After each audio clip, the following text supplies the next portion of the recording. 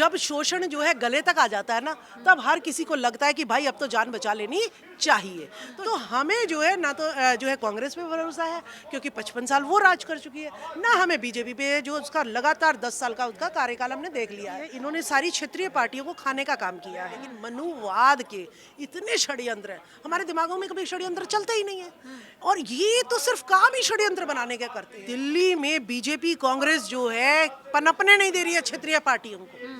जिस दिन किसी भी क्षेत्रीय पार्टी का दिल्ली में वर्चस्व अगर कायम हो गया, तो वो पूरी नेशनल पार्टी देश की बन जाएगी।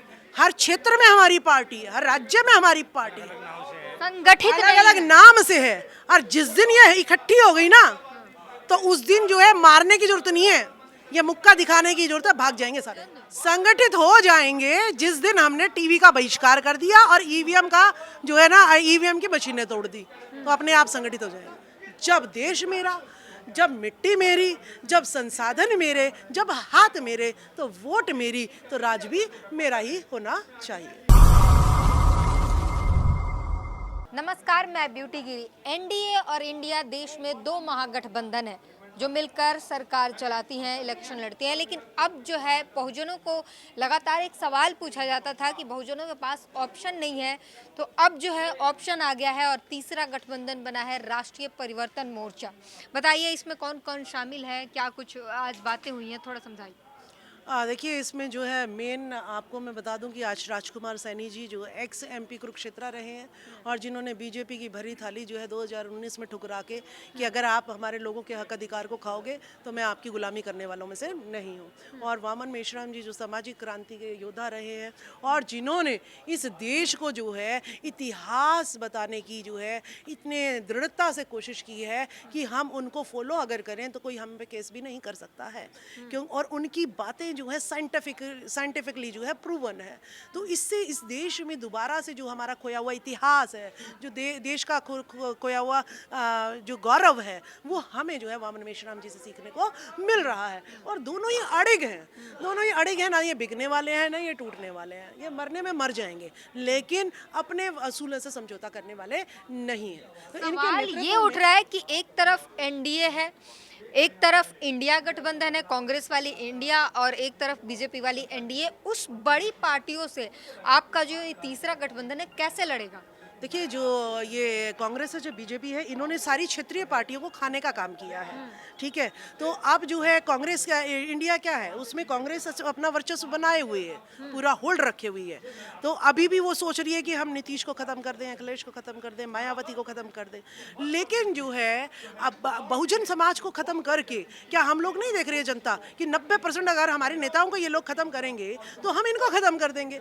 तो हमें जो है ना तो जो है कांग्रेस पे भरोसा है, क्योंकि 55 साल वो राज कर चुकी है, ना हमें बीजेपी पे, जो उसका लगातार 10 साल का उसका कार्यकाल हमने देख लिया है। तो हमें जो है हमारी मजबूरी है, हमें राष्ट्रीय पर अपने पैरों पे खड़ा होना पड़ेगा। जब देश मेरा, जब मिट्टी मेरी, जब संसाधन मेरे, जब हाथ मेरे, तो वोट मेरी, तो राज भी मेरा ही होना चाहिए। सवाल उठेगा कि क्या मायावती, एएसपी जो बहुजनों का सबसे बड़ा पार्टी माना जाता है, चंद्रशेखर आज़ाद की, वो सभी भी इस गठबंधन में शामिल हो रहे हैं?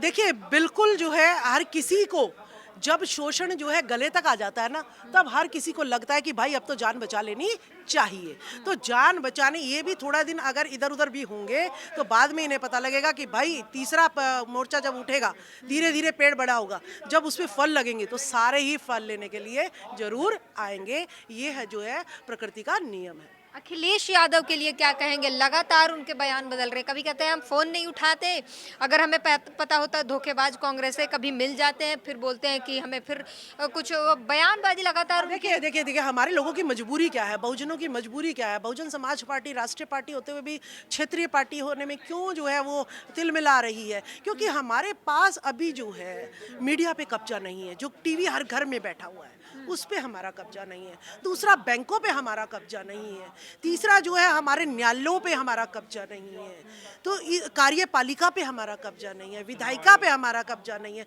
चुनाव आयोग पे हमारा कब्जा नहीं है, जिसकी वजह से मुझे थोड़ा थोड़ा कभी बीजेपी कभी कांग्रेस के पास जाके ये करना पड़ता है कि ले थोड़ी सी इसकी सहायता ले लूँ, थोड़ी सी इसकी सहायता ले लूँ, बाद में हम अपने पैरों पे खड़े हो जाएंगे। तो ये हमारी थोड़ी मजबूरियां हैं। जिस दिन हमारे हाथ में ये चारों चीज़ें आ जाएंगी तो ना हमें कांग्रेस वालों की ज़रूरत है ना बीजेपी वालों की ज़रूरत है।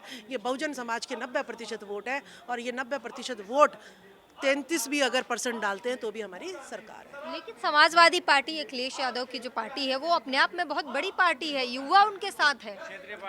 देखिए वो जो है ना क्षेत्रीय पार्टी अभी जो है क्योंकि ये लोग दिल्ली में बीजेपी कांग्रेस जो है पनपने नहीं दे रही है क्षेत्रीय पार्टियों को।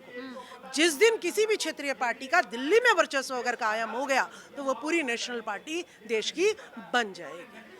तो ये राजधानी में किसी को पनपने नहीं दे रहे हैं, तो इस राजधानी में एक ऐसा बदलाव लाना पड़ेगा जो अन्ना हजारे ने किया था, लेकिन उसे कैप्चर जो है केजरीवाल ने कर लिया। ये हमारे साथ धोखा हो गया।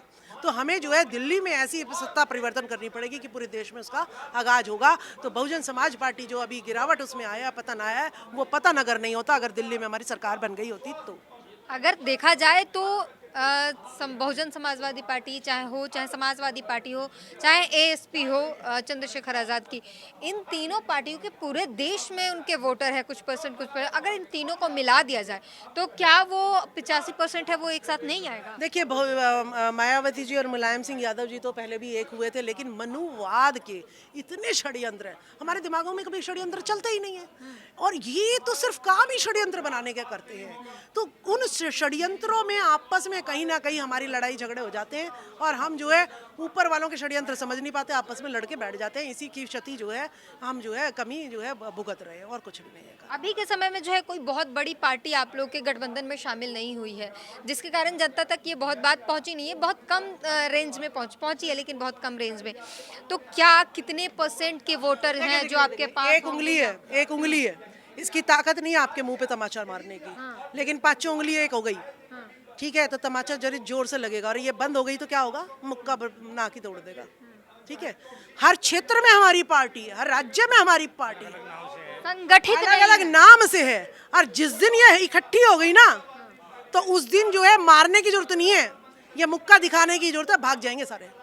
तो वही तो बात है, संगठित नहीं है बहुजन। संगठित हो जाएंगे जिस दिन हमने टीवी का बहिष्कार कर दिया और ईवीएम का जो है ना ईवीएम की मशीनें तोड़ दी, तो अपने आप संगठित हो जाएंगे।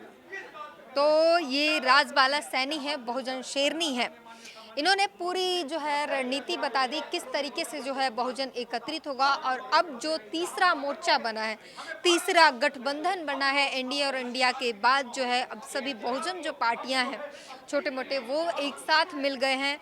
और जो लगातार एक सवाल उठ रहा था कि आखिर बहुजन भरोसा करे तो करे किस पे, जाए तो जाए किधर, कांग्रेस पे भरोसा नहीं कर सकते, बीजेपी पे नहीं कर सकते, एनडीए इंडिया पर नहीं जा सकते, तो जाए कहाँ। तो अब उनके लिए जो है ये सवाल खत्म हो चुका है और उनको एक नया ऑप्शन दे दिया गया है, जो कि आज तीसरा गठबंधन हुआ है। पूरी बातचीत पर, ये गठबंधन पर आप क्या ख्याल है आपका, हमें ज़रूर बताइए। कैमरामैन आशीष के साथ ब्यूटी गिरी।